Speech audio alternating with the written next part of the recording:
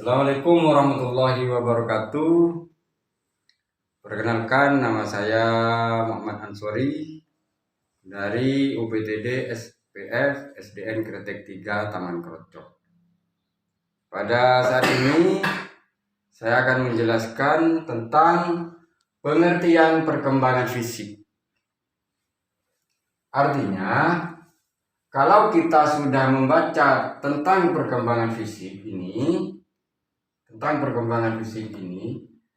maka tentunya akan berhubungan dengan yang namanya biologis.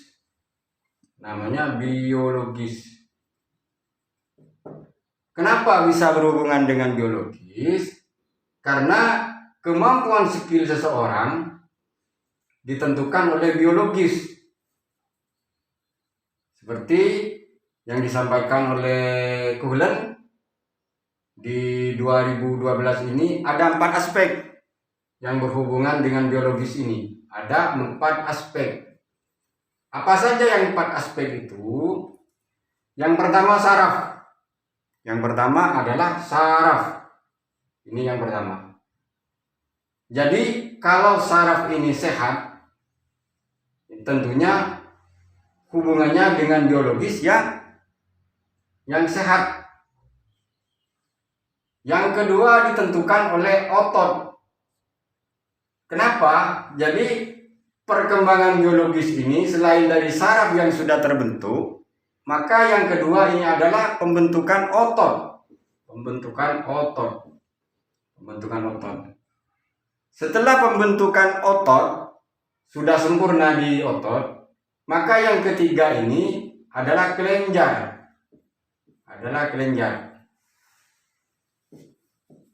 Nah, kalau sudah kelenjar, ini biasanya akan banyak perbedaan.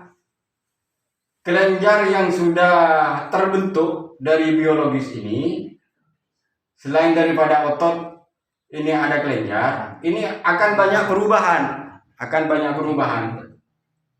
Nah, setelah itu baru yang keempat, yaitu struktur fisik. Ini akan mengalami beberapa perubahan. Ini menurut Kuhlen.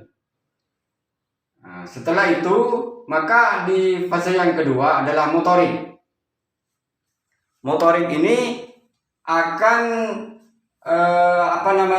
ada dua.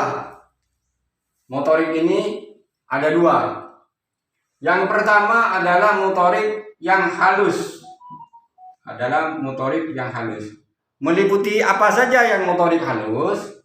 Yang pertama adalah kecekatan jari. Jadi biologis ini terbentuk tahap demi tahap. Yang pertama adalah motorik halus, yaitu jari ini sudah bisa bergerak, sudah bisa memegang, dan lain sebagainya. Terus yang motorik yang kedua adalah yang motorik kasar. Meliputi apa saja motorik kasar ini? Motorik kasar ini ya seperti otot. Jadi otot ini sudah mulai kekar. Sudah mulai berkembang. Terus sehingga dari perkembangan itu maka anak sudah bisa berjalan. Nah, dari fase ke fase, dari perkembangan tersebut, ini ada perbedaan antara laki-laki dan perempuan. Ini ada perbedaan. Nah, di mana perbedaannya? Kalau perempuan saat sudah fisik ini atau biologis ini tumbuh dan berkembang, maka kalau perempuan ini lebih dominan pada badan yang berkembang lebih tinggi. Ini khusus yang perempuan. Jadi lain dengan yang laki-laki. Kalau perempuan ini badannya lebih tinggi, step by stepnya akan lebih tinggi. Terus kalau laki-laki, ini adalah pembesaran tulang. Jadi bukan lagi ke badan yang lebih tinggi, tapi penguatan tulang, pembesaran tulang. Jadi tulangnya ini semakin besar. Nah, dari beberapa fase yang sudah kita tahu ini, maka perkembangan fisik ini akan melahirkan beberapa kemampuan, sehingga dari anak yang awalnya ini hanya bisa bergerak sedikit, maka akan semakin lama step by stepnya terus berkembang, sehingga pada anak yang sudah umur antara 5-11 tahun, maka anak-anak ini sudah menginjak pada fase yang dewasa. Terus yang kedua adalah fase remaja. Fase remaja ini sangat dominan pada kekuatan tulang bagi yang perempuan, bagi yang laki-laki, dan perempuan ini lebih tinggi. Dari kesemua yang sudah saya sampaikan ini, yang sangat berpengaruh adalah faktor yang mempengaruhi fisik. Faktor yang mempengaruhi fisik. Nah, apa itu faktor yang mempengaruhi fisik? Yang pertama adalah keluarga. Nah, ini sangat berpengaruh pada perkembangan fisik, ini sangat berpengaruh. Kenapa? Karena faktor keluarga ini banyak meliputi gizi, makanan, dan lain sebagainya. Nah, yang kedua adalah faktor gizi.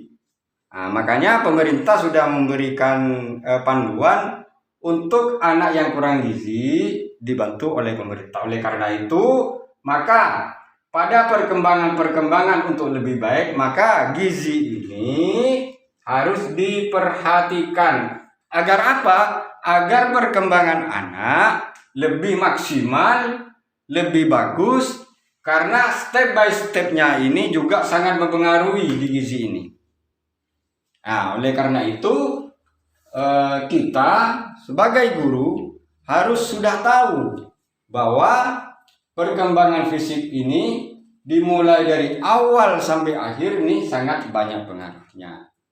Kurang lebihnya saya mohon maaf. Wa akhiran, wassalamualaikum warahmatullahi wabarakatuh.